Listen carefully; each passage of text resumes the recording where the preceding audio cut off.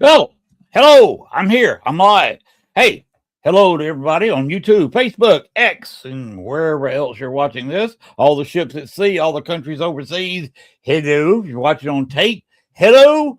If you're watching it in the future, 2 or 3 weeks from now, call me with some lottery numbers, please. I need a new pair of shoes, and I'm siding my house.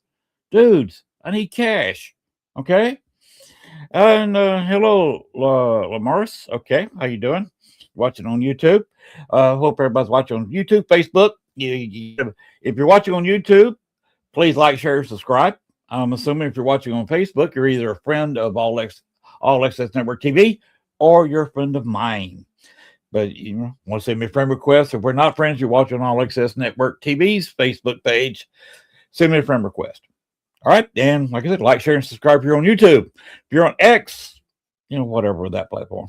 Anyway, I got a special announcement to make tonight, and we will be making it in just a second. Let's go ahead and get the New Orleans Paranormal Society a little bit out of the way. Somebody, Gwen, Sean, post the first bit. No, well, here's not that. The picture. There we go. That's what we want. New Orleans Paranormal Society. They do tours in New Orleans, otherwise known as NOLA.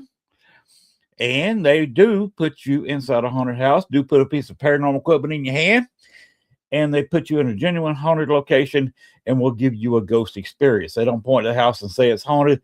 They take you in the building and say, here's a ghost. Talk to it. Well, go ahead and put the other one up. Here is their address. If you're going down to NOLA sometime, New Orleans, give them a call and reserve a time on their tours, and you can sit there and actually have a ghost experience and do some real ghost hunting with some real ghost hunters. They are both very good. The people that work with them also are very good paranormal investigators. If you don't know exactly what you're doing, follow them. They will show you what to do. Do not taunt the ghost in NOLA. They can get you in trouble. But they will put you in front of a pretty nice ghost if you don't do any taunting, and you will have a paranormal experience. We do, or they do, have made an announcement a little bit ahead of time than what they talked about, March 1st. So they did it a couple of days ago. They announced it on Facebook, and in honor of their new guest, I made a new Hello Blaine. I made a video in honor of their new special guest. Special announcement. First time this video has been seen. Roll the vampire video.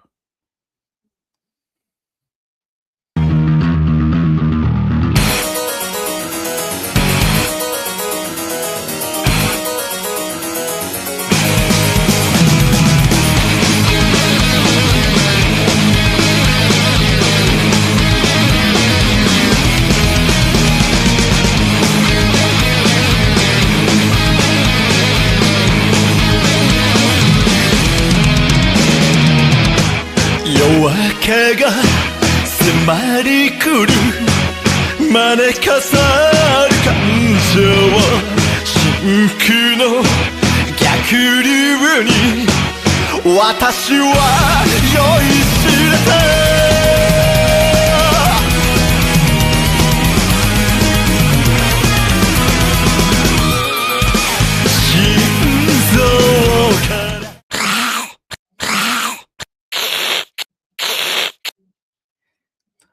All right, that is the special guest that they've been wanting to announce for a while. Father Sebastian will be at the New Orleans Paracon starting July 31st, August 1st and 2nd. Be there, be square. You saw the advertisement there for the VIP package. Get your packages now. NewOrleansParacon.com. Let's go ahead and roll the John Zappas video, New Orleans Paracon. Let's go ahead and roll that.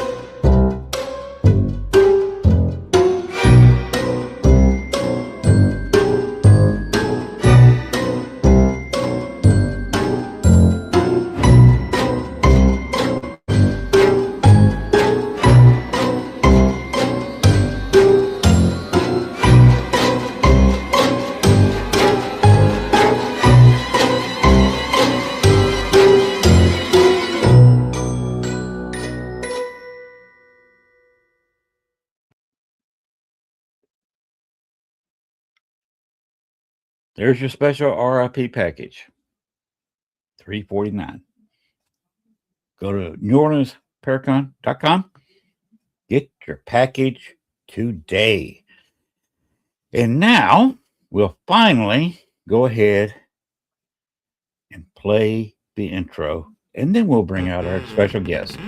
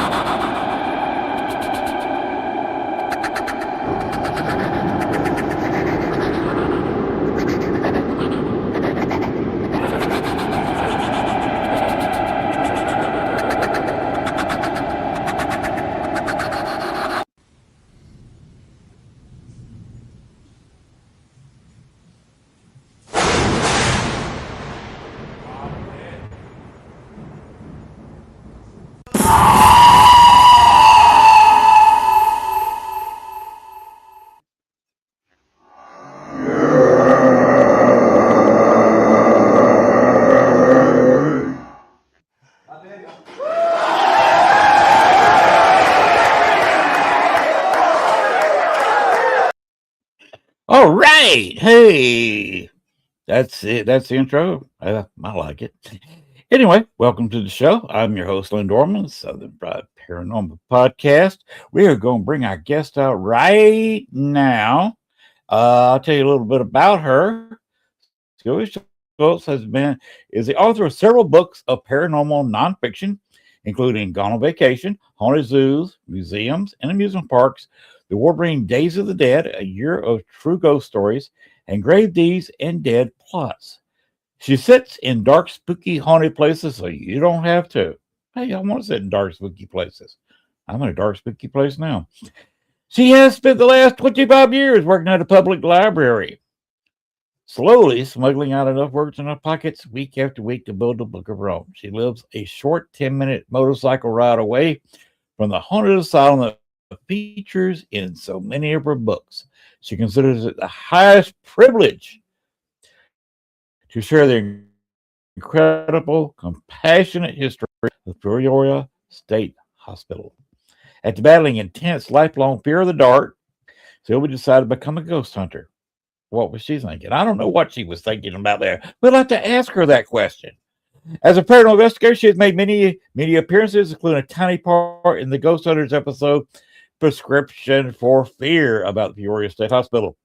She's a writer, narrator, director, and producer of the True Ghost Story podcast, Lights Out, Sylvia Shults, available on any podcast platform and on YouTube. Sylvia loves hearing from her readers, especially when they have spooky stories of their own to share with her.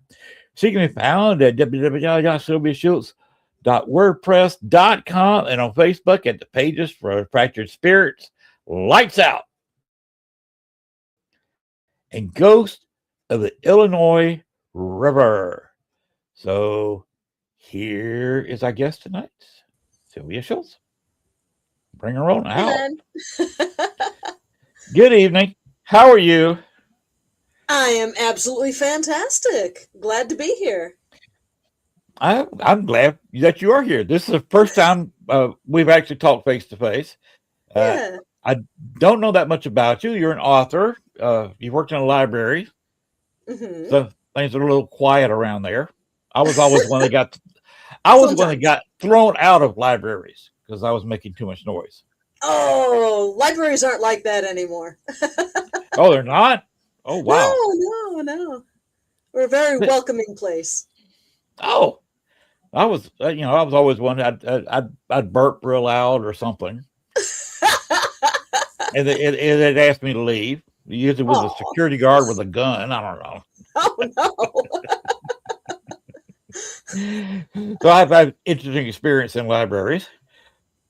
Uh, Tell us all a little bit about yourself, like we don't know anything. Like I'm hearing this for the first time. We no. may have some Okay. listeners hearing about you for the first time. Well, I have been a paranormal investigator for over 10 years now. Gosh, no, over 15 years now. Time flies. Time flies and having fun. I noticed in your introduction there, you were showing all those wonderful haunted Chicago locations. I Yes. grew up in the Chicago area, so I absolutely grew up with all those wonderful Chicago ghost stories of Resurrection Mary and Bachelor's Grove Cemetery and the ghostly monks of St. James the Sag. And I have always adored true ghost stories. I love the history behind it too. That's what really appeals to me is learning the history because that's why we have the stories. So, yeah, that's why we ended up with all these marvelous stories is these people's lived experiences. That's why I've always said in my 25 years of doing this that if you're going to be in the paranormal, you got to be a history fan. Oh yeah, And you saw some of absolutely. the. By the way, I lived in Chicago for 14 years. Okay. I've lived in Arkansas now for 10, and so I'm lucky. I've investigated in Florida, Georgia, Illinois, Indiana, now Nice. Arkansas, and New Orleans. Oh wow. Yes, and you saw that I am helping. Well, I talked him into it. The New Orleans Paracon. That looks like it's going to be a blast. It's going to be. They have two great people, Chris and Jen Talley. They're friends of the show. She has her own podcast. Uh-huh. He's the driving force behind it. She is the face of the whole project. They're both very good paranormal investigators. So you saw some of the talent they're going to have there. Yeah, wow. And two of the new people they're going to have, they're going into the horror genre a little bit. Mhm. So it should be interesting. Yeah, yeah. Now, one question I've got for you. You have got a long list of books I do. that you've written. Where can people find these books? Well, they are all, of course, available on Amazon, but Jeff Bezos doesn't need any more of our money. So when people ask me that question, I like to point them to a website called bookshop.org. The neat thing about ordering books, my books or any other books on bookshop.org, is that when you make a purchase through them, part of your purchase price actually goes into a fund which gets divvied up every month between independent bookstores. Oh, So it's a wow. wonderful way to support indie bookstores, even if you don't have one in your area. Cool. Yeah. Cool. How many books have you written now? I kind of lost Uh, count there. well, the most recent one, Gone on Vacation, Endless Summer, is the 11th book of nonfiction that I've written. Number 11. Yep.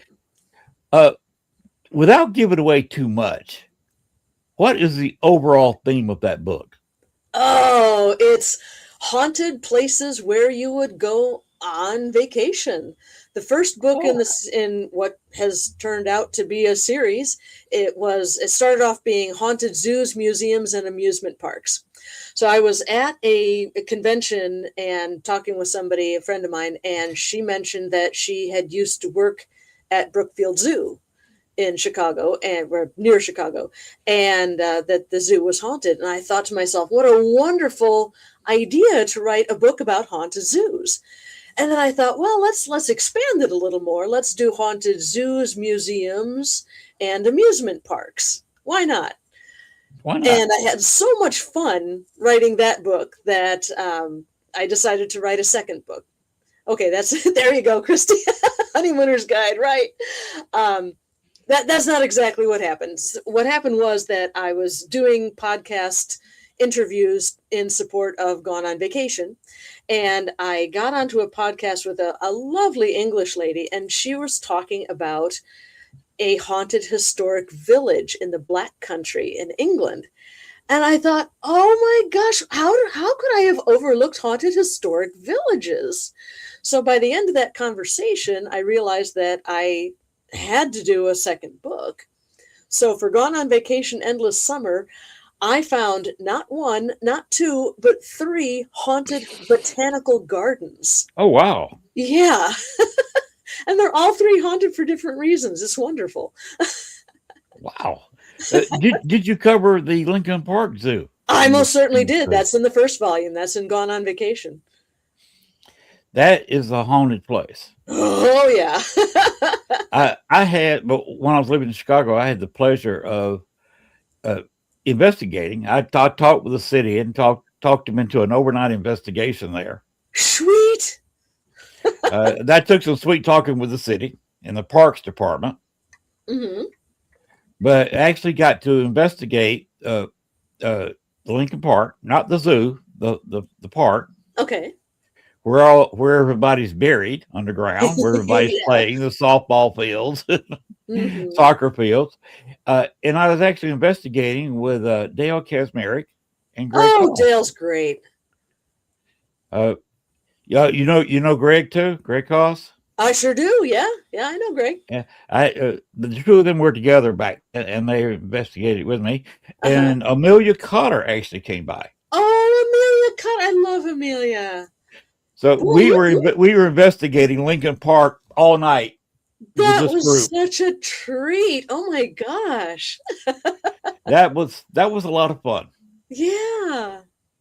Oh, that's marvelous. Dale went straight to the suicide bridge, Oh, yeah. and he actually got some voices and some intelligent answers Nice. on the suicide bridge. Oh, amazing. So that's a lot of fun. What did you find there in Lincoln Park? Oh, I wandered around. It was during the day. I didn't get special access or anything like that, but I just kind of opened myself to the vibes and spent some time in the women's room in the Lion House, and didn't have anything happen, but it was a lot of fun nonetheless. It was really great walking around and taking pictures, hoping to be photobombed by somebody in a Victorian dress, but it didn't happen. But it was a lot of fun wandering around. You know about the Camp Douglas prisoners that died, Yes. and they got moved to Oak Woods. Mm-hmm. Mm-hmm. They're south of the University of Chicago. Yep. You ever been there? I have not been there. No. Go there. They got a big Confederate memorial. Oh, wow. And what's funny, that's mostly a black cemetery. Is it really? Oh, Yes. That is ironic. Yeah. Yes. So in the middle of a black cemetery, mostly black cemetery, Right. you have between 4,000 and 6,000 Confederate soldiers buried with a Bunch big of memorial Confederates. and a Confederate flag flying overhead. That's hilarious. Mm. So go out there sometime and see if you you get any vibes. That sounds like a definite road trip thing. Because what they did, they moved them. When they started closing out Mhm. Chicago Cemetery, Yep. the late 60s, the guy they hired was crooked Oh yeah. and built out of old crappy plywood that he found, built caskets and put rocks and dirt in them, Hmm. and buried those in the new graves, Yeah. and then removed the headstones and left the dead folks in the ground. Hmm. But before that, they moved the soldiers, which were buried in the potter's field, Hmm. and they kept moving them up to Oak Woods. Hmm. So they dug a circle, Okay. and they put them shoulder to shoulder in a circle. Ah. And they still had bodies. They filled up the circle. Oh. So when they went out about 7 feet, just put a little Mm-hmm. space between the feet and the heads of the next group. Sure. Another circle outside of that, and there were still more Oh my. caskets coming. And so they dug a third circle, and filled that up. Oh, jeez. in 3 circles. It's one of the largest mass graves in North America. Oh my goodness. I didn't know those details. That's really cool. It's right there in Chicago. Well, what I found, oh, Christy, that is fascinating. She says sometimes I smell gunpowder because of the soldiers in her home. That is awesome. Mm-hmm. Yet what I found really interesting in doing the research for City Cemetery and all of that was that they had moved some of the bodies to Rose Hill and Graceland and places like that. And then along comes October 8th, 1871 and the Chicago Fire. And a lot of the wooden memorials, the wooden grave markers were just obliterated. And people were trying to outrun the flames of the conflagration and said, well, we'll be safe in the cemetery. That'll be fine. But they weren't safe in the cemetery because there were the wooden grave markers, and the flames heated the marble and granite monuments to such intense pressure and intense heat that the moisture in the stone actually boiled and the monuments exploded. And there were shards of marble and granite all over the place. The fire was so intense that it burned the bushes and trees down to below the soil line. So there was no respite to be had from the flames inside City Cemetery. They just had to wade out into the waters of Lake Michigan, where they finally found safety. But yeah, all those, the people that were left underground at that point, they just had no idea where they were because all the graves were just obliterated. Well, you remember why they had to move that cemetery? Yeah, because it was awfully close to the water table. Yes, it would flood Awful close and to the water source. wash floating caskets out into the lake. Yeah. And they were automatically sucked in the current for the water intake. Mm-hmm. So you had dead bodies in caskets surrounding the Chicago water intake for all the Chicago water. Yeah, not good. Now that we've grossed everybody out that's listening. Well, these things happen. Yes. Tell us about some of your other books. Well, I have a series of true crime stories that have resulted in hauntings called Grave Deeds and Dead Plots. So that's an awful lot of fun, if you can call it that. There are some really interesting stories in there. I love finding historical stories that maybe are unfamiliar to me because I figure I've read so much. If it's unfamiliar to me, it's probably unfamiliar to my readers, and I'm going to be sharing with them an absolutely new story. And a lot of these stories fall into that, which makes it an absolute joy to do the research. One of the stories in there, oh, thank you, Christy. She said that's her favorite book. Thank you. One of the stories, gosh, it's hard to choose a favorite. One of the stories that I wrote about was about a shaman of the Cree tribe named Jack Fiddler in the late 19th century, early 20th century. He ran afoul of the Royal Canadian Mounted Police because he and his brother Joseph Fiddler had killed several members of their tribe.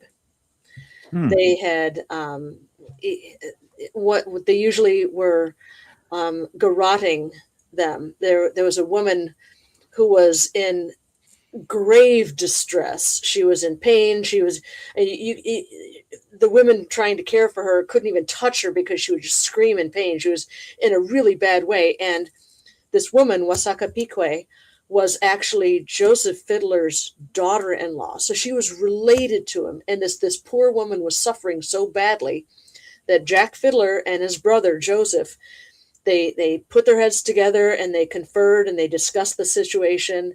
And they said, well, Wasaka Pique has to die. So they had a couple of her cousins hold her arms down, and they put a linen cord around her neck, and they tightened it and strangled her to death. Wow. And the reason they did this was because Wasaka Pique felt that she had become possessed by a Wendigo. Really? Yes. All of these people that Jack Fiddler killed, at least 14 and possibly as many as 30, all felt that they had been possessed by a Wendigo spirit. A Wendigo is the cannibalistic spirit of the North Woods. This happened in northern Ontario. And the Hudson's Bay Company made contact with the Cree tribe and said, all right, if you bring us furs, we'll give you clothing and firearms and alcohol and other goods.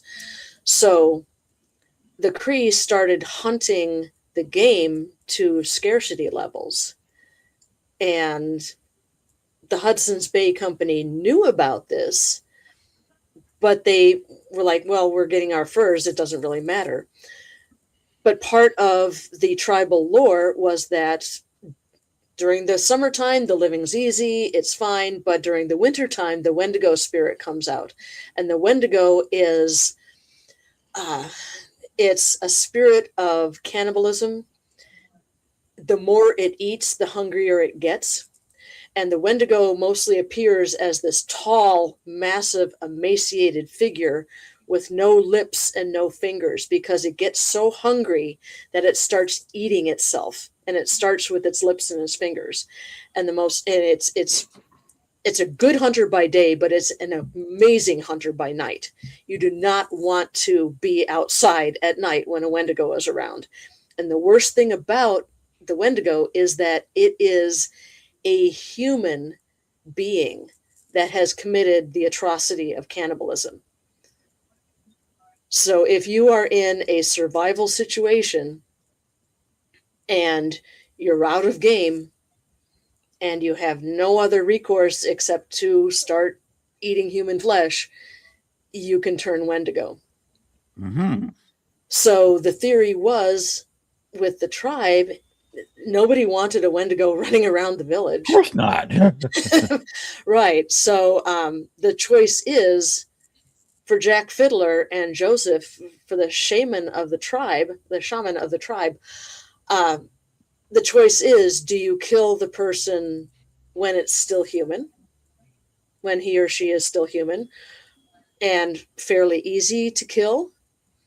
Or do you wait until the person turns Wendigo and is much, much, much harder to kill? And a lot of the people that felt that they had been possessed by a Wendigo didn't even want to be cured. They're like, yeah, the cure is possible. It's really, really hard. And they were like, why bother? The stigma is going to follow me for the rest of my life. So, yeah, sometimes they came and requested euthanasia rather than turn Wendigo. Oh, wow. But the Royal Canadian Mounted Police got wind of this and arrested Jack and Joseph Fiddler and took them to be tried. And in, hey, Greg, I think it was in 1907, Jack Fiddler and Joseph Fiddler were being held, waiting for their trial. And Jack decided, he was an elderly man by this time, he decided he didn't want to wait around for the trial. So he left the fort and wandered out into the woods and found a tree and tied one end of his scarf to the tree and hanged himself. His brother Joseph did go to trial. He was found guilty. And while he was waiting for his execution, the village said, well, he's an old man too. Let him come home. Let him die among his people. And the authorities finally granted that request the day after Joseph died of tuberculosis. Wow. Yeah. So was Jack Fiddler guilty of murder? Absolutely he was. He killed at least 14 and possibly as many 30 people as 30 people. Oh, wow. But the thing is that it was a cultural thing. And by arresting and executing the shamans of the tribe, the Hudson's Bay Company and the Royal Canadian Mounted Police left the tribe vulnerable to this supernatural attack. So, very sad, complicated story.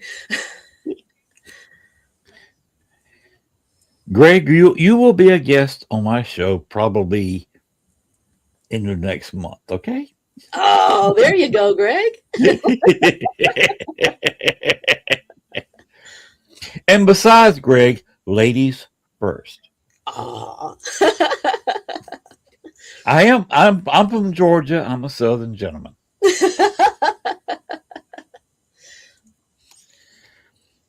But go ahead and continue, Sylvia. Okay, so another really fun story. I'm going to take a drink of water here. I'm drinking sweet tea myself. Nice. Another really fun story from Grave Deeds and Dead Plots is the story of Celia Rose.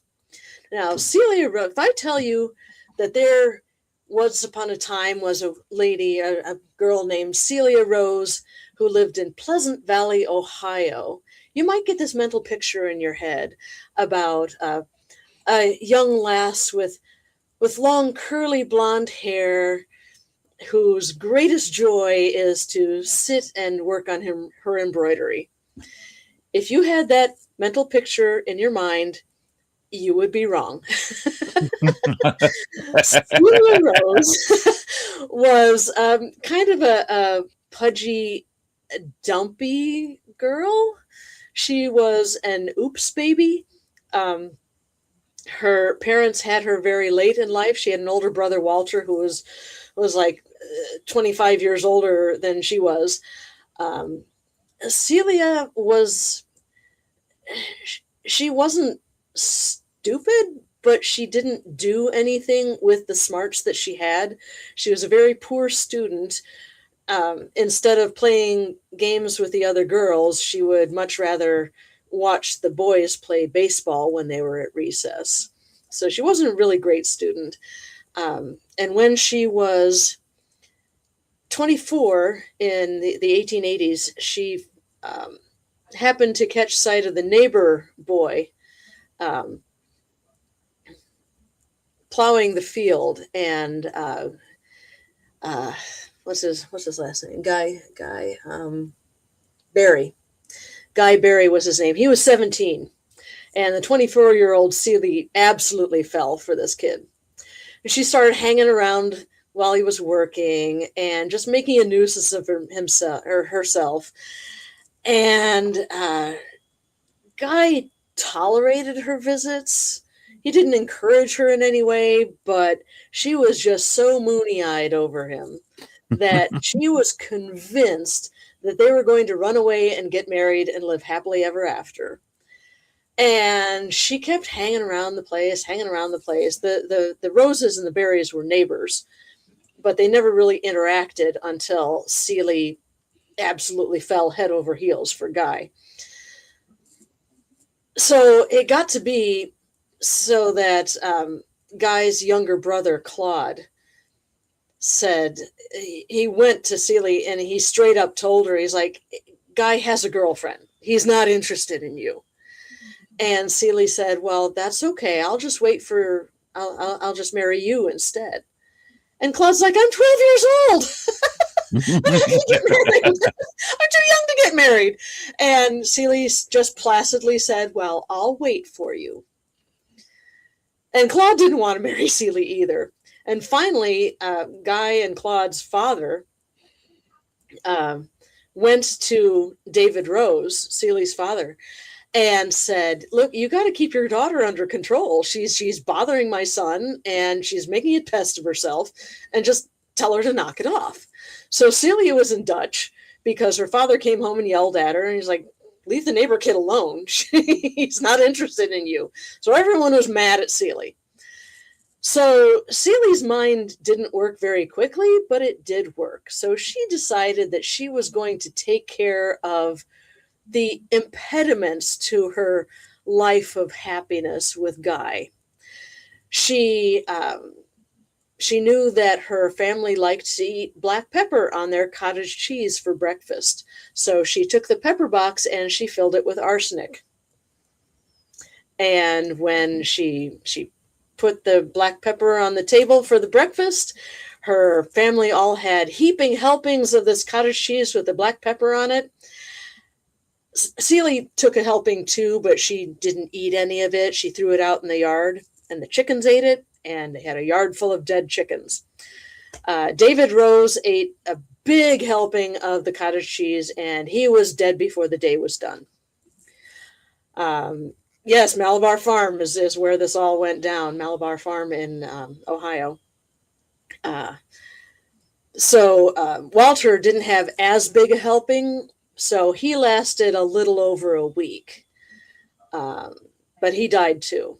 Rebecca, Celie's mother, was starting to get better.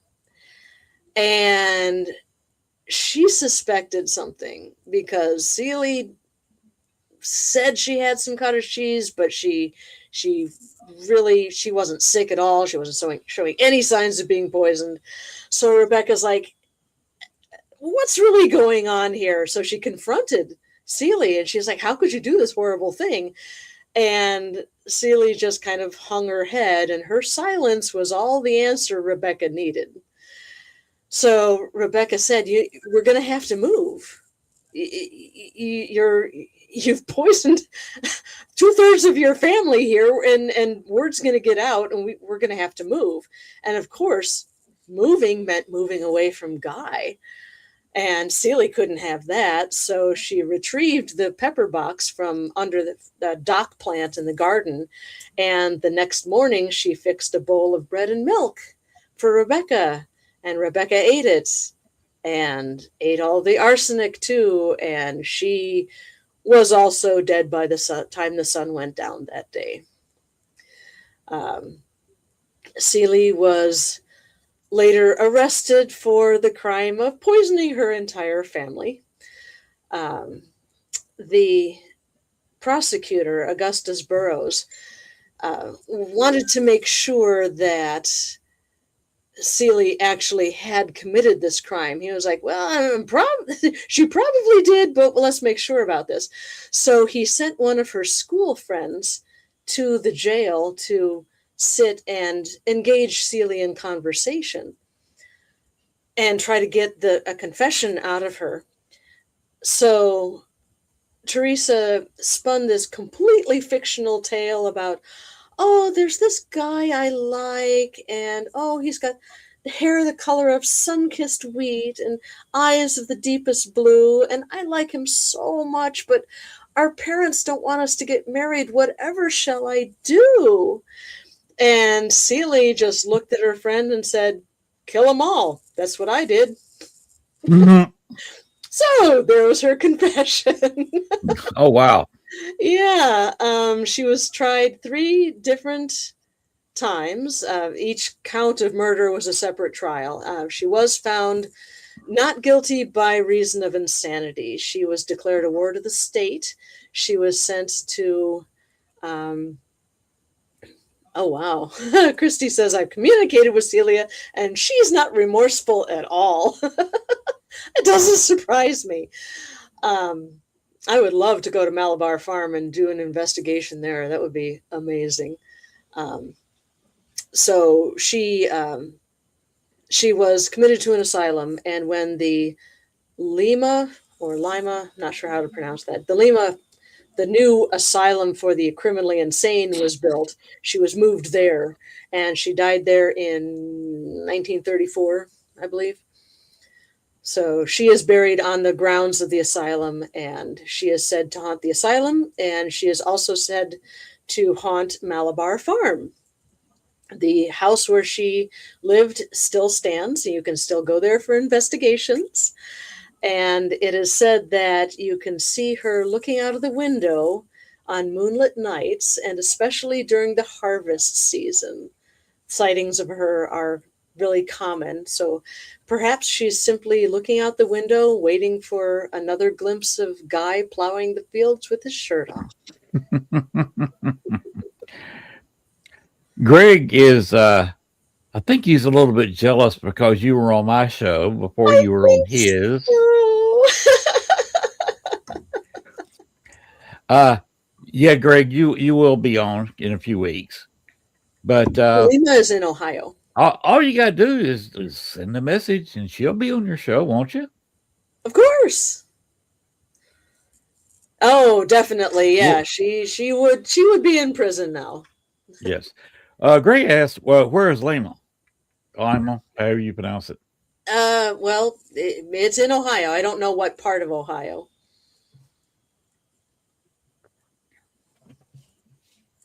Yep, passed away in 1934. Okay, somewhere in Ohio. Yeah. Does Christy know exactly where it is? I was just going to say, I bet Christy could tell us where it is. What big city is Malabar Farms close to?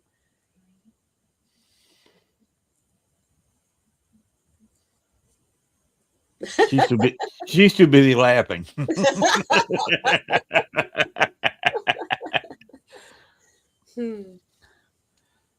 That happens on my show a lot. We get to laughing, and they say, don't. Great. That's done anything. That's the way to spend a conversation. Oh, now she's talking about Greg. Give him a tissue.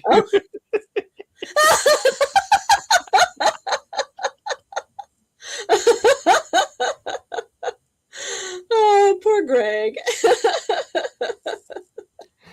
Greg's a great guy. I kid him a lot. Yeah. He's a friend. He's a really overall nice guy. Oh, Greg's a great guy. You'll have a great time. You go on his show. Mm-hmm. Maybe he can talk you into an Estes method. Oh, there you go. I've been on Greg's show. It was ages ago, but I've been on his show. Yeah. It's been a hot minute, though. Yeah. If they'll have me back, I'll be on again. I don't mind. He's unpacked right till April. But I guess maybe May or June before you can get on his show. That's perfectly fine. Greg, I'm in. He has a line.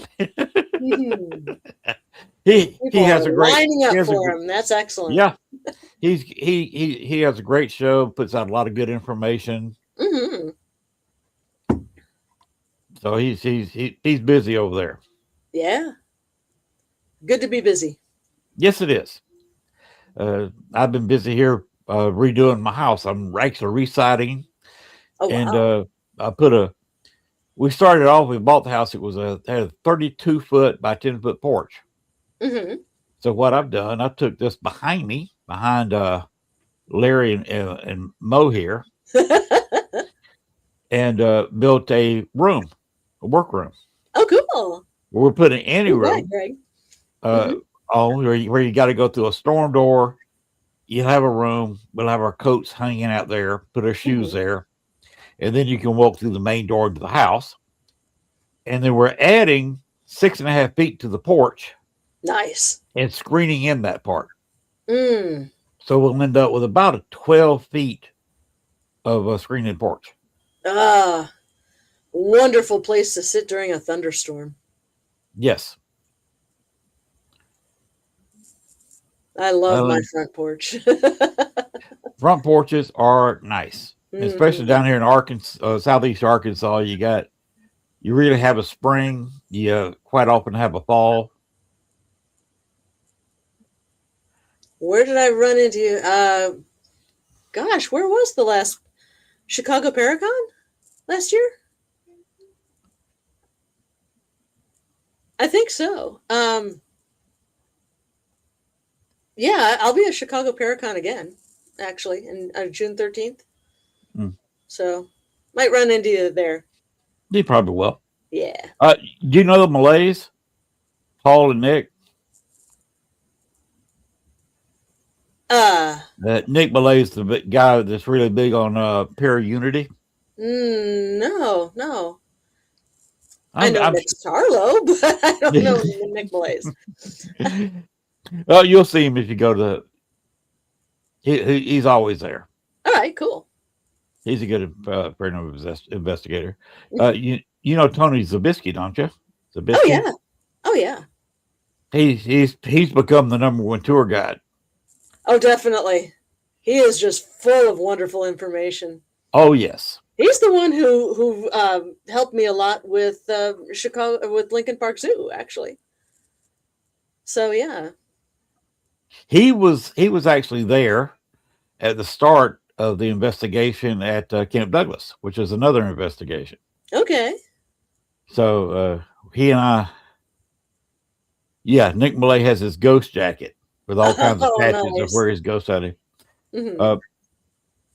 Tony and I have investigated several places together, including the what is that jail that Dillinger escaped from using the bar soap? Crown Point. Mm-hmm. We investigated Crown Point there. I'm going there in April. Very cool. Yeah, looking forward to it. I've never been. We ran into a smell. Oh yeah. There's no smoking allowed in the building. Uh-huh. But we got, both of us started smelling a sweet tobacco. Oh. And I said, that smells like pipe tobacco, not cigar. Right. There's a difference. Oh, there is, yes. And there was a tour coming through, and they came up and started smelling something. I said, smell this. What do you smell? It just smells like sweet pipe tobacco. Mm-hmm.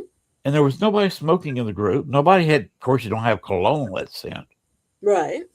So it was really strong for about 30 minutes. Oh, wow. So keep your nose open. I shall. I'll pass that along. So you might get something there. It's cool. That's a fun place to be.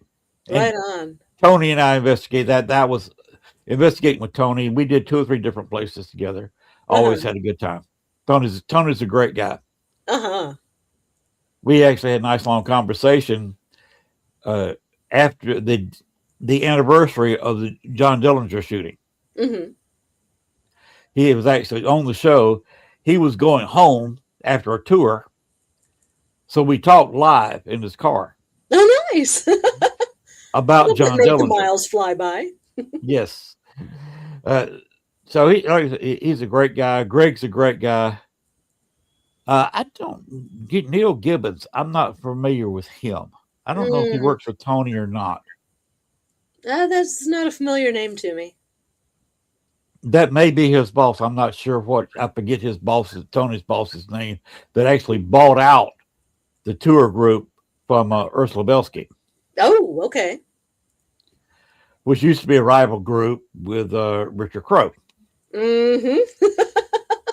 And of course, Richard Crowe is buried in cemetery where Resurrection Mary. Oh, okay. Yeah, he's actually buried there. I went to he and I helped him with his last John Dillinger event. Oh, wow. And spent quite a few hours talking with him before that event. Mm-hmm. And I was in the Westerners with him, a group dedicated to Westerns. And I was also in the Civil War Roundtable with him. Oh, fun. So I got to spend quite a bit of time with Richard Crowe before he passed away. Mm-hmm. And yes, I went to his wake and his funeral. Mm-hmm.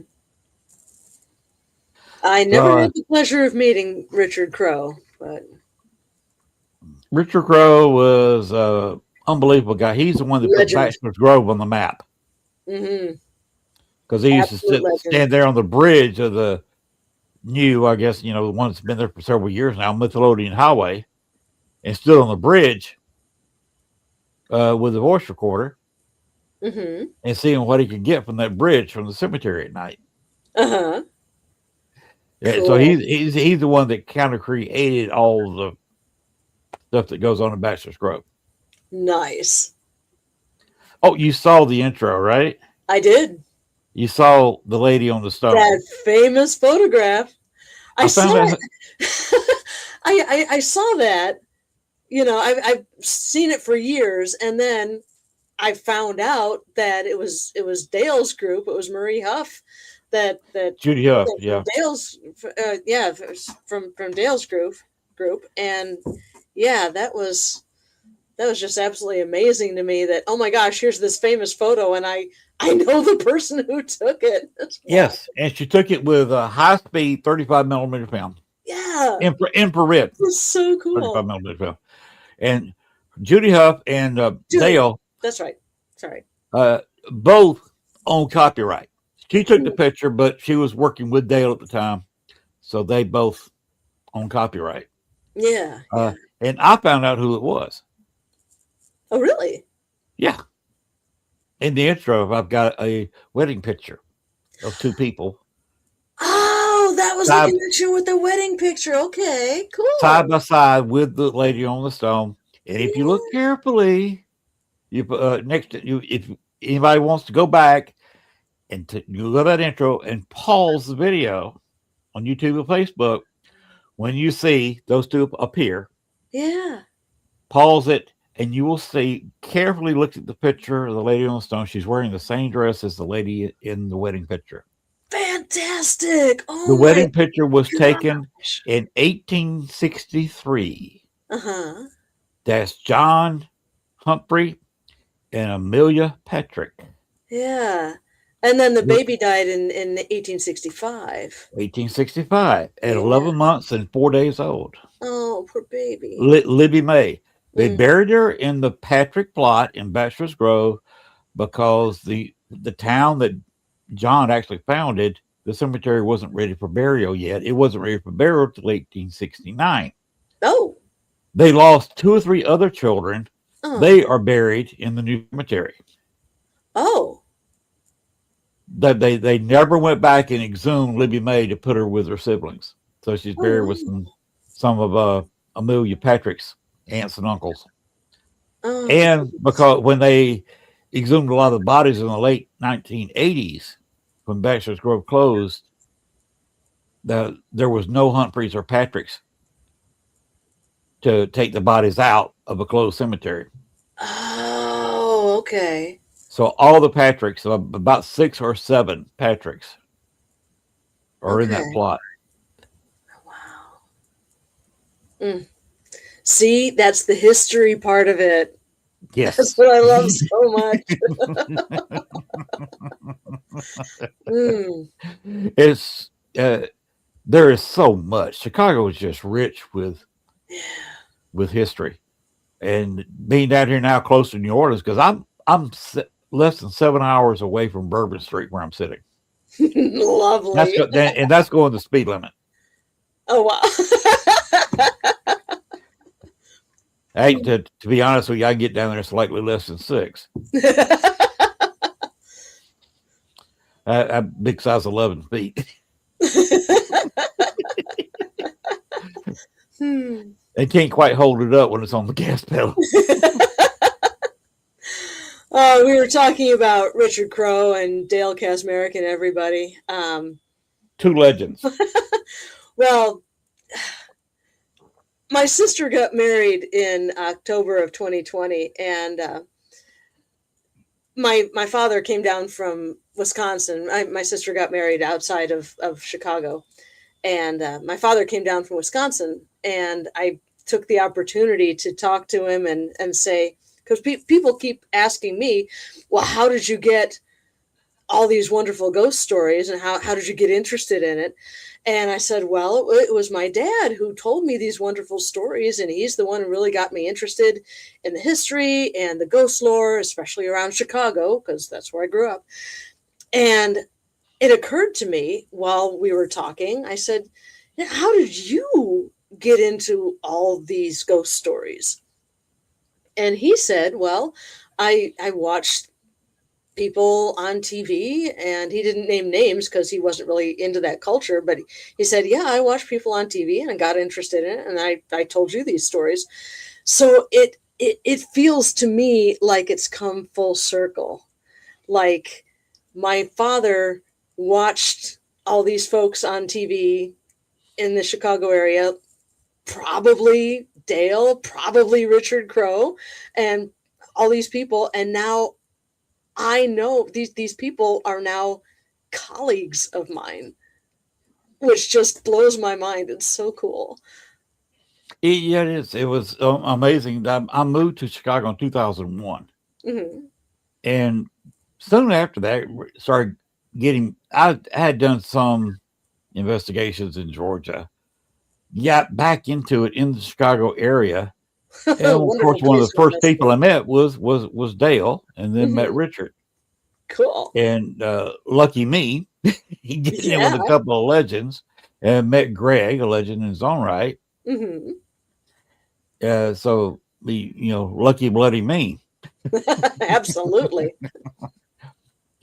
So it was amazing that I fell into that, and Mm. I I got lucky. You kind of create your own luck, Oh yeah. and maybe I created my own luck, and the rest is history. There you go. I'm one of the very few people who's actually investigated the Humphrey House at night. Mm. There was only three of us, and Mm-hmm. one he was a jerk, and Oh, I think he ended up getting put in jail. oh no. The other guy, he started having kids, and you know how it is. He was a police officer, Chicago police officer, Mm-hmm. and he was buying a house. He was buying his new car, his wife's new car, and started having kids. So a lot of the paranormal stuff went to the wayside. Yeah, it takes up a lot of time. Yeah, Dave Olson is a great guy. If he's listening, hello, Dave. But he and I are two real. I'm not going to call the other guy a real paranormal investigator that investigated at night in the Mm. Humphrey House. Oh wow. And John wasn't too happy with me, Oh. and Amelia found the whole thing amusing.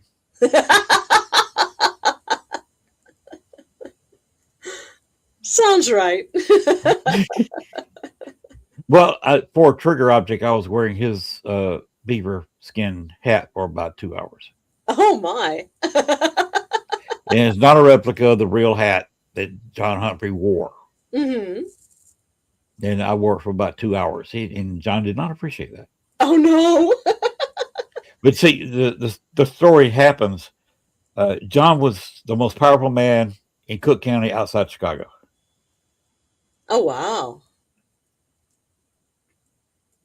Yes, the location that burned after the Oh Paracon out there. yeah. That was it The was only a couple of weeks uh, after that too. yes,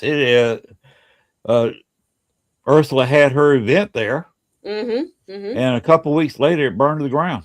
I was so grateful. I still am grateful that I got to go to that Paracon and got to go to the Willowbrook ballroom once. Yeah, That it was gone. I missed out. I'd already moved down here, Mhm. and I didn't get to go. The luck didn't go that far, Oh. Mm, but I missed out on that one. Yeah, but it did burn to the ground. The Willowbrook mhm. Ballroom. Yeah, Dale was out there as it was burning, reporting from the scene. I remember watching that on YouTube. He went Hmm. live. Yeah. Yeah, the Irish Legend across the street's also very haunted. Hmm. Christy, how did what feel?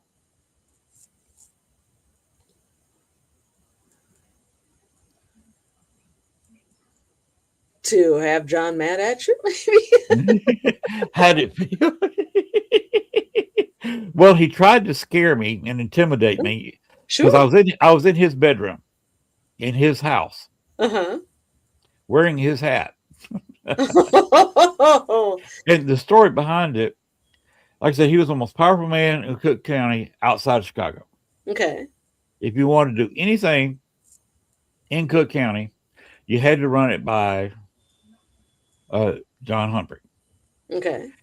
And when he got elected to the state senate, he immediately took a secretary. And immediately started having an affair with the secretary. Oh no. Well, his and Amelia's was arranged marriage. There was no love there. Oh. Two families both had a little bit of money and said, well, why don't we get our kids together? We're about even financially. Okay. Let's just get our kids together. They did. Mm. And, they had a couple of kids. He started having an affair with his secretary. Mm. And when Amelia died, 6 months after she died, he married the secretary. Dang. And ended up with having a couple of kids with her. Oh wow. And then they're buried with John in the center, first wife on one side, the second wife on the other, and the kids, each one of them had buried on the other sides of each wife. Huh. That's a fair arrangement, I think. Yeah, it creates a little tension in the afterlife. Sure. Now, as far as the hat goes, it was interesting having a beaver hat on top of the head. Especially, it was about this tall. Uh-huh. So, I was way up here. John, he had kind of, I call it the Chihuahua syndrome, the small dog syndrome. Uh-huh. He's only about 5'4", 5'5". Oh my. And I'm 5'9.5". With this down like this. I'll bet that cheesed him off. Yes. And Amelia was, she found out about, was just, I would say dying, but she was already dead. She was just thought the whole thing was hilarious. See, that's what I love about paranormal investigation. I talk to people about this who don't do investigations. They're just, civilians, I guess, for more lack of a better word. And they're like, oh, aren't you scared? Aren't you scared? No, I'm not. I'm not scared of the dead because there were people just like us. And to find out, to interact with somebody with a personality like that is just brilliant. Yeah, it's so very interesting. And I would rather interact with the dead than the living. Sometimes, so yes. Sometimes the living just suck. Yeah. Of course, that's one reason I'm living down here in the woods. We live a mile outside of Star City, Arkansas. Uh-huh. And our Star City, Arkansas has just 2,200 people in it. Oh, my. Big change from Chicago. Big change. Well, Arkansas was a big change because Arkansas has 3 million people in it. Chicago has just under 3 million people in it. In Metro Chicago. Whoa. And another 3 or 4 million people living in the immediate suburbs. In the suburbs, yeah. So yeah, it was a big change. Well, I moved down to the Peoria area when I went to college, and the farther away from Chicago I get, the happier I am. I like going back for visits now, but I wouldn't want to live there. We're quite happy down there. Yeah. We've had a high of about 75, 76 degrees down here today. Oh, dang. Tomorrow is going to be in the mid 70s, and we're talking hitting 80 Saturday. Oh, bliss. We struggled to hit 40 today. The sun actually did come out, but not till later in the day. And yeah, it was just gloomy most of the day and bleh. And if we have snow, it stays there on the ground for a couple of days and it melts. Oh, nice. And we live on a dirt road. Uh-huh. In the county. so we can do basically anything we want to. Mm, And got excellent. the longest bayou in the world right down the street. Really? Yeah, and there's a gator living in it. Oh, oh man. So yeah, and they had a fishing lake, which is Cane Creek Lake, is Hmm. right down the street from us. Hmm. And if I want to, all I gotta do is go either get a rod and reel and do some bobber fishing, or just get a Hmm. cane pole with some lines attached to it. I Nice. could get up from where I am, grab my fishing gear if I had any, Hmm. and I could be drowning worms in 5 minutes. Oh wow. Nice. Yeah, We're I think almost we're late supposed to front get up to 65 tomorrow. That's what 65. I've heard, which is nice. Yeah, I'll take it. we may be entering an early spring. They're talking about down here that they see no cold weather in the forecast. Oh wow. We had a full spring last week where it got nice for a couple of days and we all got excited and then it went back down to the 20s. It was awful. Then New York had all that snow. Yeah. Ooh. Mm.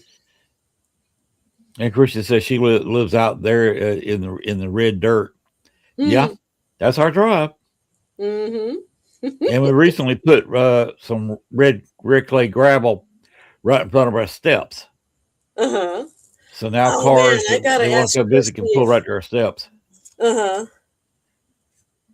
I have to ask Christy if she has ever been to this place uh in Australia. Oof. I'm looking through Gone on Vacation Endless Summer to find it's a it's one of the historic villages there and it looked absolutely flippin' amazing. What? You planning your trip to going down under? I wish I could. Well, if I go out of the country again, it's going to be to England and Scotland again. Because that is amazing. Okay. Go over there and get some spotted dick. Talem. Old Talem Town. Christy, have you ever been to Old Talem Town? The Pioneer Village?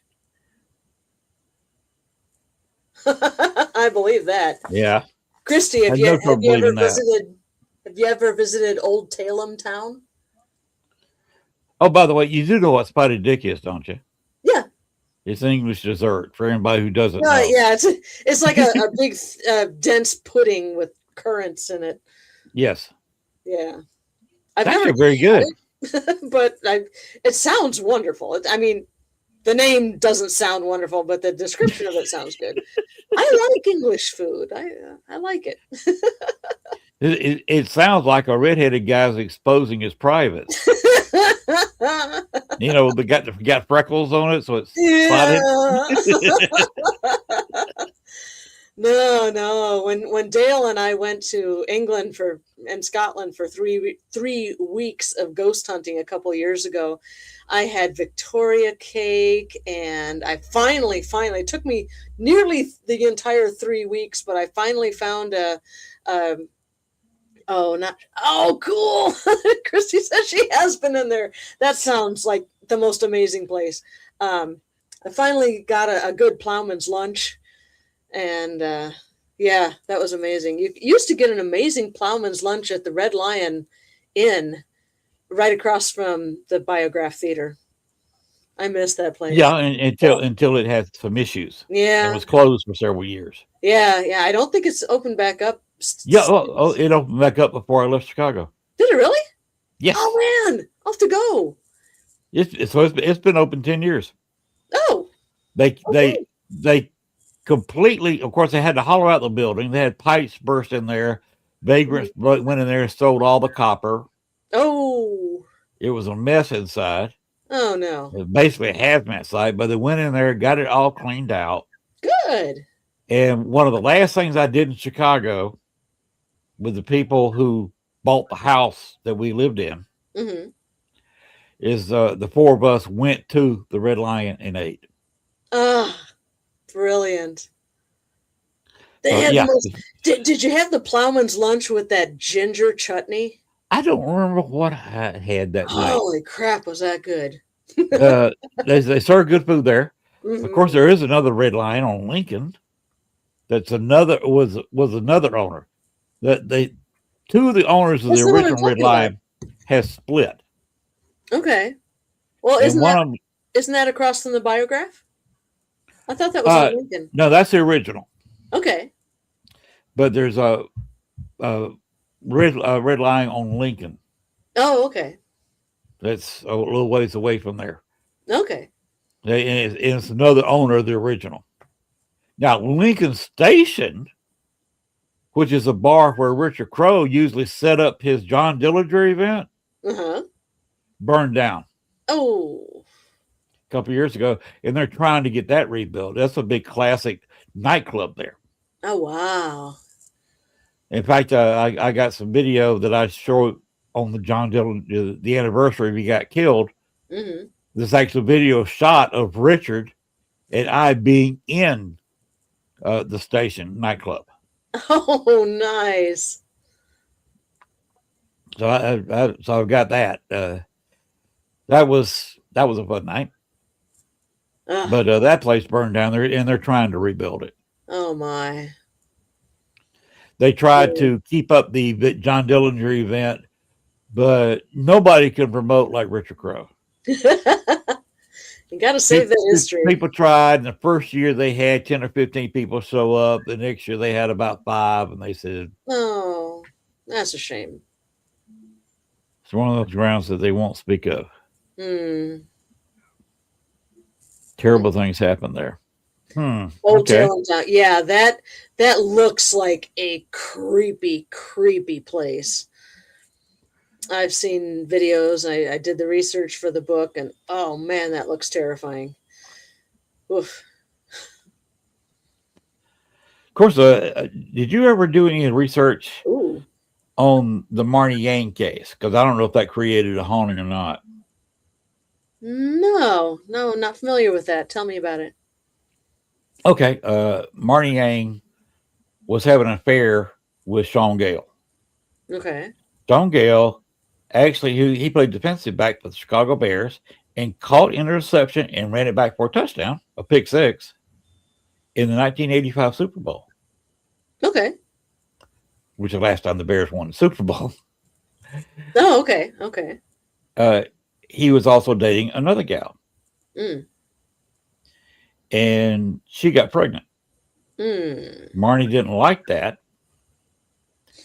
So Marnie went and put some black makeup on her face and walked up to her apartment, knocked on the door. When she answered, she just emptied her gun into her. Oh, no. Intentionally shooting her in the belly twice to make sure the fetus was killed. Oh. Oh, my. And they were trying to figure out who did it. And you remember the story you were talking about earlier?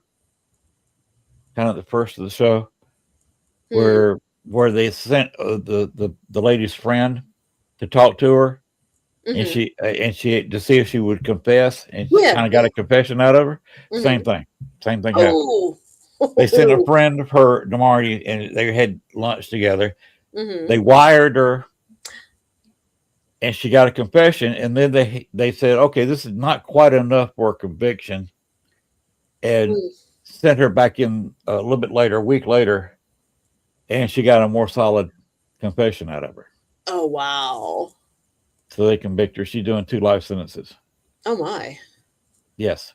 Well, that's fair. I was a little bit involved in it because I did a photo shoot with her a few months before she committed the murders. Ooh, wow. So that's something. I ended up on Snapped, True Crime, and 2020. Oh, wow. Because of that. Look it up on YouTube or do a little research on Marnie Yang, and you'll see what I was involved in. Marnie and I were in a real estate investment group together. Okay. We used to meet. Some guy had a apartment in the old warehouse district. Mm-hmm. That's a big flat. He had the whole floor. Mm-hmm. So we met there. She was a bit of a womanizer. Oh. Yeah, I decided I saw an elevator going to the second floor, but I'm always attracted to old things, Uh-huh. and got on probably the oldest elevator in Chicago that it still operates. Mm-hmm. Now it took about 4 minutes to get one floor. Oh, jeez. Marnie walked in behind me and took the stairs. Uh-huh.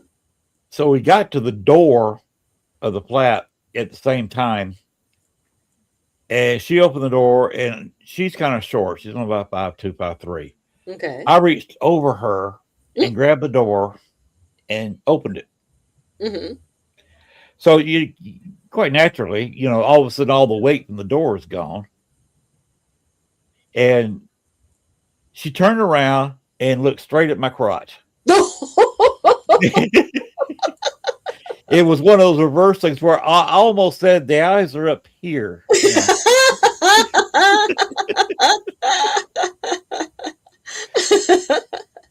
So we got to talking inside. Of course, we were talking about real estate and da da da. Uh-huh. And I told her that I shot athletic models, and she used to be a Budweiser girl. Oh, okay. So, and before she got in that mess, it's a crazy situation. Do some research at it. It's interesting information, and I imagine the person that she killed may haunt that apartment. I would not want to live there. Yeah, because no. she shot her inside the place, and she hit the floor in the kitchen, and she shot her while she hit her knees first. She shot her again, and then shot her again in the floor. She had a homemade silencer, so her gun jammed a couple of times. They actually had a couple of unshot bullets on the floor. Oh, jeez. And they never found the weapon because she got a bucket from Lowe's or Home Depot, I forget which. Yeah. And she put the gun in the bucket, filled it full of concrete, and then threw it in a pond or lake somewhere. Wow, that was good thinking. Yeah. The bad thing is she got a necklace or a bracelet. Yeah. And took it off of her and laid it somewhere, and she took her friend somewhere to show her where it was. So it was enough to convict. Oh, man. She's been trying to get a retrial, thinking that some of the evidence was hyped up or exaggerated or whatever, because the trial was over 10 days, less than 2 weeks. Well, That's think about it. She was sleeping with members of the Chicago Police Department and the suburbs that she lived in. So you know how Chicago operates. You get Chicago Police Department do not want you on a stand. And one of the suburb police departments do not want you on a stand because you'll sit there and start admitting about everybody you're having an affair with, all the married guys. The Chicago Bears wanted the entire thing swept under the rug. Of course. Sean Gale moved to England and is doing sports broadcasting over there. Oh. So he got out of town. So when you get the Bears and 2 police departments wanting you convicted, and then it's swept under the rug and forgotten about, that's what happens. Exactly. Because this is Chicago we're talking about. Yeah. Wow. Yeah, Christy, they always boast, and that was her thing. She boasted to a friend. Yeah, you get cocky. It happened over and over. And I was involved in that. Wow. Hey, so I wouldn't call that a brush with greatness. A brush with something.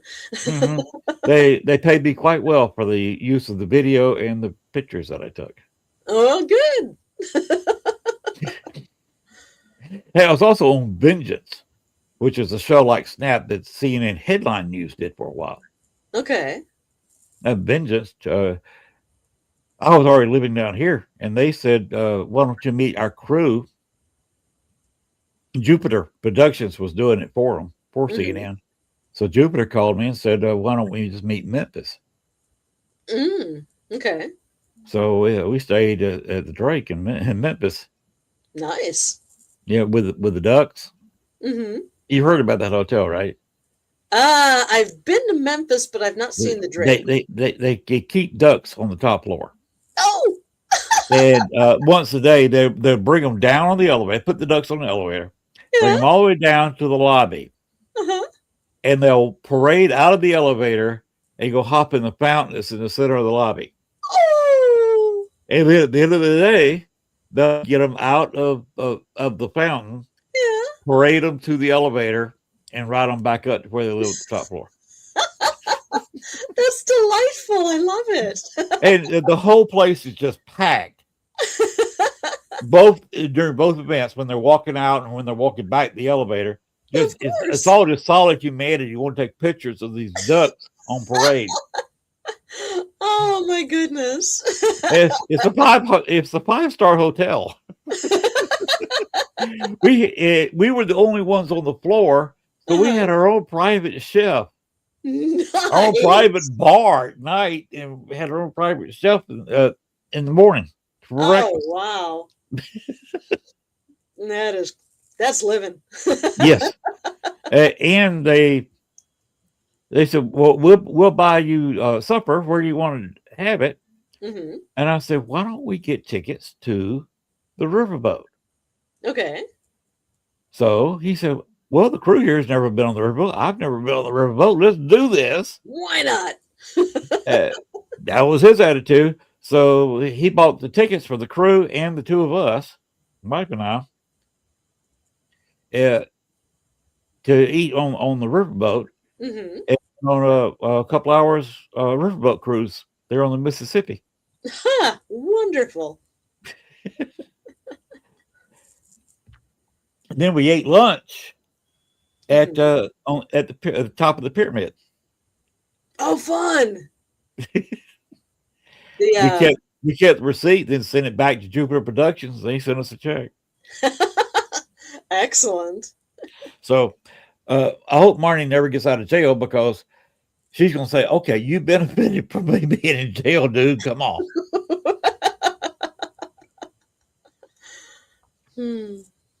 But that whole thing was a crazy situation.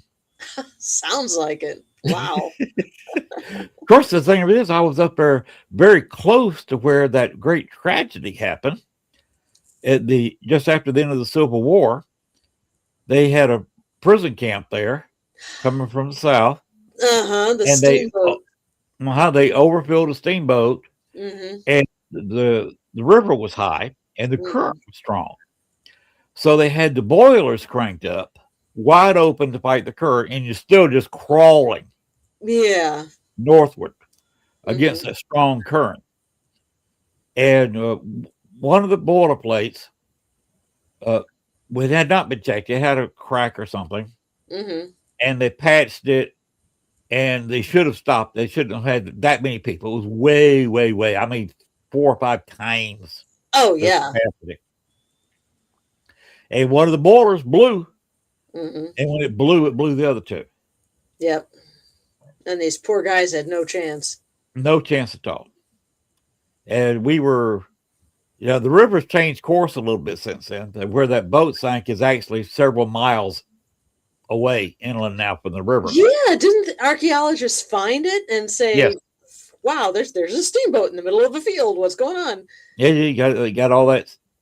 Where it burned and the remains of it is actually in the field. Because of the Mississippi moving. The Mississippi's trying to move now. Really? But they are fighting it. Oh. Because they don't want it to move economically. Because it wants to shift several miles west. Okay. Where it's coming down more central. Because there's a river there already. And the Mississippi is trying to cut its way through to that river. Oh, Oh, and they're okay. having to patch it and dam it, trying to stop it because if it moves over there, all the land in the New Orleans area, Biloxi, that whole corner of Louisiana will lose the river, pushing fresh water down. Oh no. And the Gulf of Mexico will come in there and make it kind of briny. Ooh. Yeah. It's lightly salted water. And New Orleans, Biloxi, and all those little towns in there will lose their fresh water. Oh no. Plus, New Orleans would lose its port, and it would have to be abandoned. Oh, geez. Because the Gulf New Orleans hasn't suffered enough already. Yeah, it would have to be abandoned. So there has been quite a bit of money fighting the Mississippi to keep I it can from changing understand that. course. So that's just some of living in Louisiana and some of the stuff you find out when you go to New Orleans. Yeah. Wow. So this is another crazy city down here. Of course, you've had white people down here since early 1600s. You know, the French came down, wanted to claim it all. Right. But you had Native Americans living here for thousands of years before that. Oh, of course, yeah. And so many of white people that moved in there. Nice location if you want to, rule the Mississippi. And that's what they put New Orleans there for. Because where the French Quarter is, which used to be the old Spanish Quarter, by the way, the French Quarter burned down. Oh, I didn't know that. Yes. So what they call the French Quarter, it was actually the Spanish Quarter. It did not burn down. Okay. But they called it the French Quarter. Today I learned. So that's one of the little quirks you learn about New Orleans. If you like to study history, start studying New Orleans history. It's absolutely amazing. You got the big battle there, of course, in 1840. Andrew Jackson. You got Sean Lafitte, which, according to rumor and legend, told the British the best way to attack New Orleans and talked them into it. And then left them with, okay, we're planning this. They planned it with them. They started to work on getting it done. And he goes running straight to the Americans and tells the Americans what the British are doing, how they're attacking, and when. Oh, double agent. And it joins in and starts shooting British during the attack. Whoa. So there's a couple places that claim where John Lafitte actually met with the Americans, including Lafitte's blacksmith shop bar. Okay. Which fights with this bar, New England being one of the continuously owned bars in the world. Oh, wow. And Sean wants to go down there so we can get a purple drink. Oh, heck yeah. That sounds amazing. The drink is pronounced drank, D-R-A-N-K. That's what it's pronounced. You go in there, purple drink, they'll look at you. What are you talking about? I want a purple drink. Okay, now we can help you. Basically, it's a grape icy that's about 3/4 rum. Oh, that sounds wonderful. I'm in. And they've got a fireball that you can actually put in there that's actually more rum in solid form.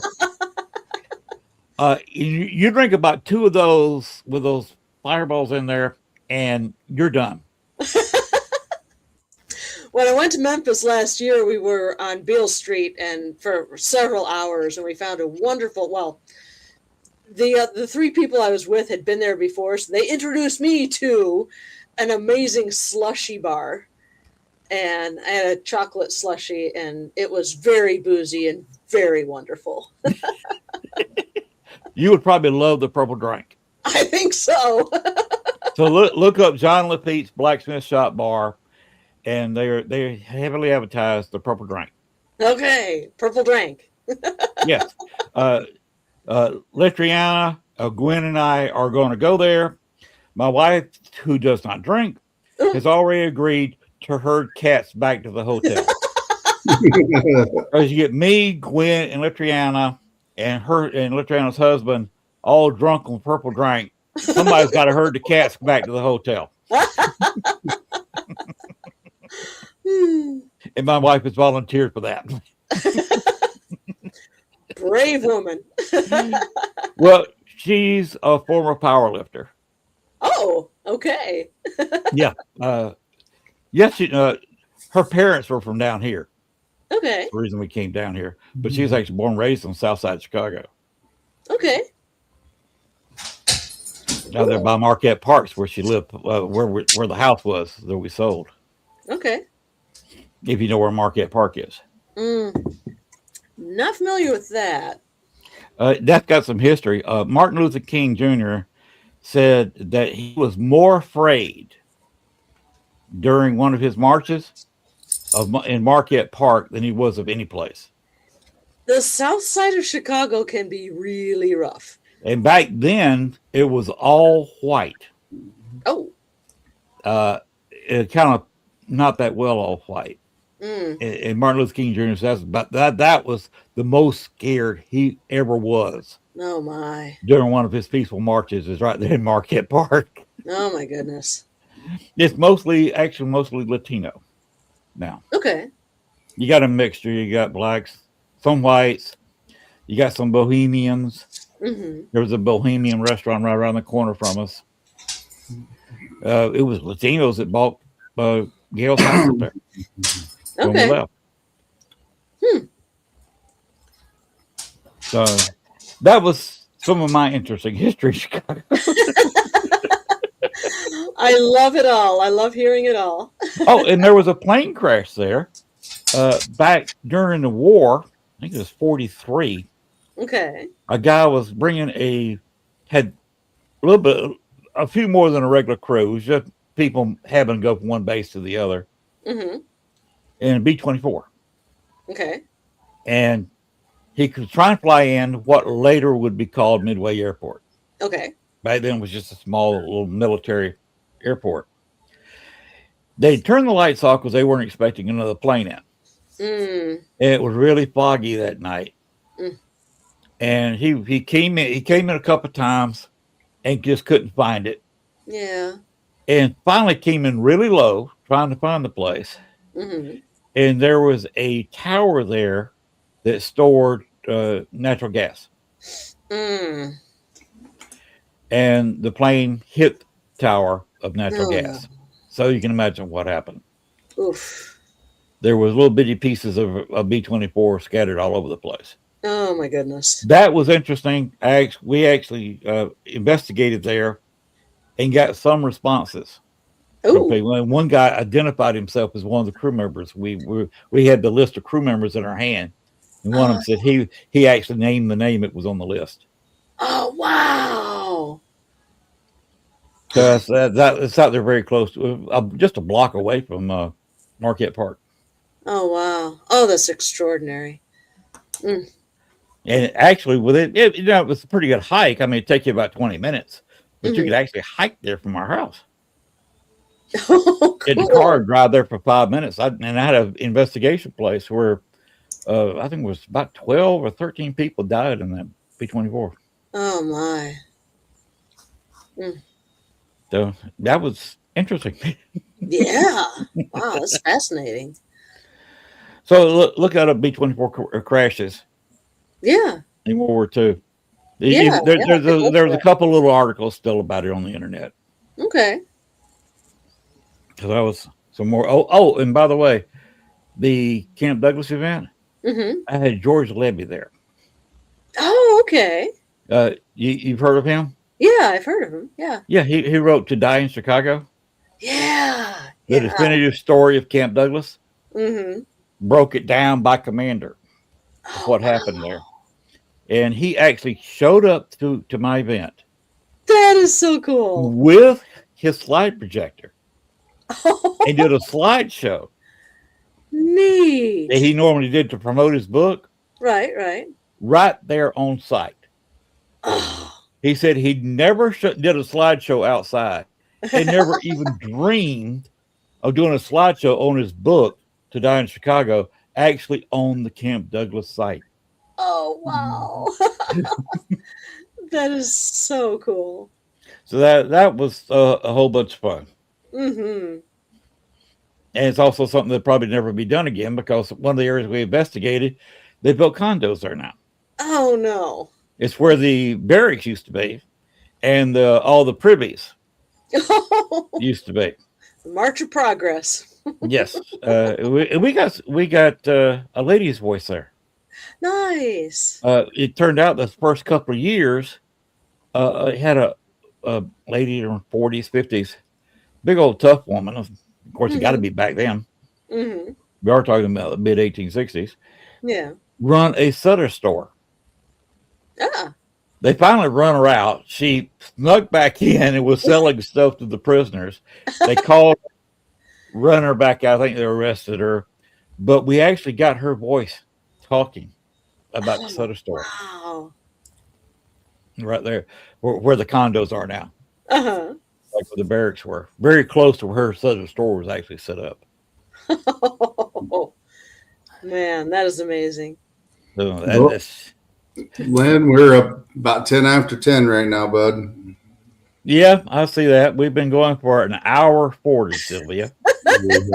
It's flown by. I've had It's been a great show. It's always a lot of fun. I'd love to have you back sometime. Write another book. Thank you so much. I am currently working on a book that is straight true crime, nothing paranormal about it. But I have a huge backlist of ghost story books, so I can talk about whatever you like. So you're putting out a book on true crime? Yes. Do you remember in 2022 there was a jail director in northern Alabama that walked one of the prisoners out of the jail and went on the run for 11 days? Vicky White and Casey White.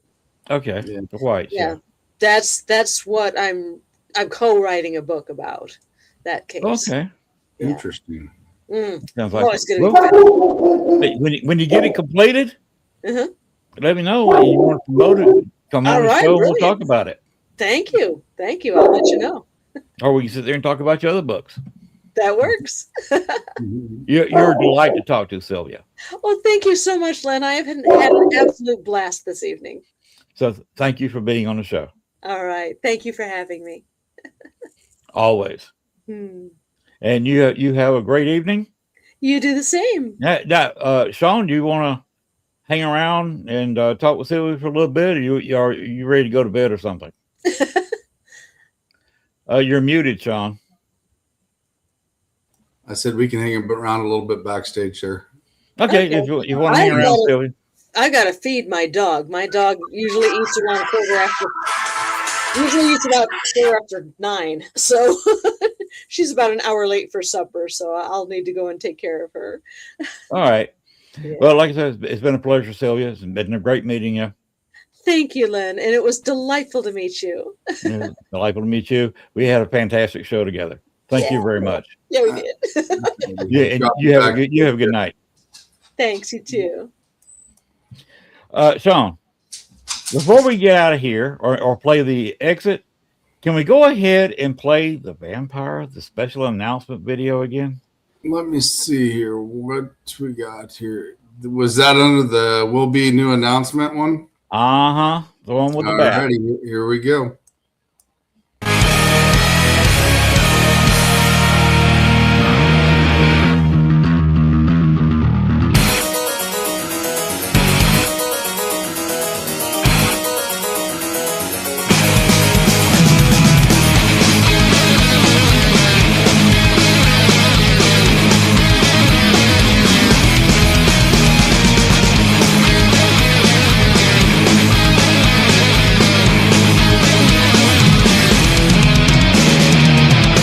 夜明けが迫り来る招かさる感情真空の逆流に私は酔いしれた